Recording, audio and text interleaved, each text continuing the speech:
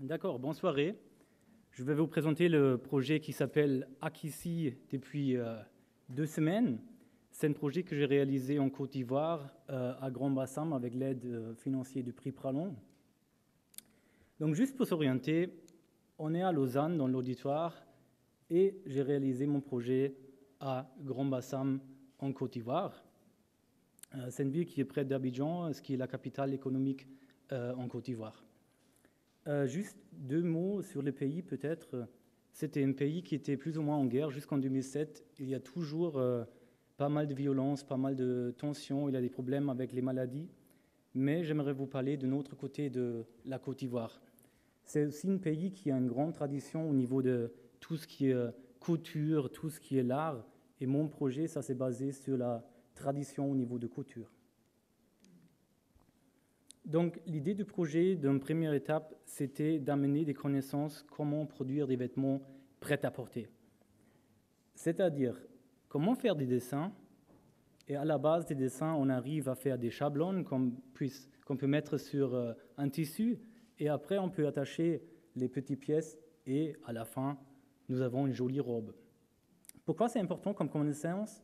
C'est important parce que en fait, en Côte d'Ivoire, il y a des gens qui savent utiliser des machines à coudre, mais ils attendent les clients. Donc, il y a des clients qui viennent avec leur propre tissu, et après, ils sont obligés de prendre leurs mesures, et après, ils font quelque chose avec. C'est-à-dire, des magasins qui sont plus efficaces, ça n'existe pas. Et avec cette idée d'amener des connaissances prêtes à porter, ils peuvent ouvrir des magasins, ils ne sont pas obligés d'attendre un client qui vient pour prendre des mesures. Donc, juste 2 mots sur la réalisation. J'étais en Côte d'Ivoire en juillet pour quelques semaines, mais la préparation, ça a commencé beaucoup plus tôt, à peu près 3 mois avant mon départ. C'est que j'ai essayé de travailler avec la Fondation Kachil qui est sur place. Sur la photo, on voit Victoria qui a habité en Côte d'Ivoire depuis 2009, et elle a vraiment essayé de comprendre les besoins sur place. Elle a fait des contacts avec des officiels et elle a trouvé des gens qui étaient motivés de faire cette formation. Pendant cette période, j'ai fait du fundraising, j'ai gagné le prix Pralon, donc j'avais un peu d'argent que je pouvais amener, et c'était une tâche pour moi qui était plutôt une tâche de project manager. Finalement, je suis venu avec des énormes valises, avec 8 machines à coudre, et on a équipé des gens qui savent déjà utiliser une machine avec des machines électriques. Après, il y avait Verena, qu'on voit en haut à droite, qui est allemande. Elle est une designer qui a développé une petite collection, et elle est venue avec des chablons, avec des dessins, et avec des vêtements qui étaient déjà prêts pour donner des cours. Et elle a fait un travail énorme. Vous allez voir ça à la fin. Ça a tellement marché le projet parce qu'en fait au début je voulais juste amener des connaissances, mais j'ai remarqué qu'il y a vraiment des vêtements qu'on peut produire là-bas qui sont jolis, et j'avais un bon feedback quand je suis revenu. Donc il y aura une suite au projet.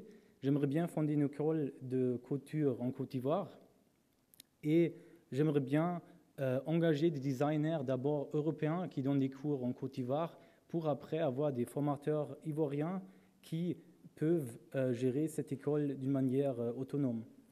J'aimerais aussi aider pour qu'ils puissent vendre les vêtements de cette école en Europe pour après réinvestir en Côte d'Ivoire. J'aimerais bien avoir un projet à la fin qui peut survivre sans don.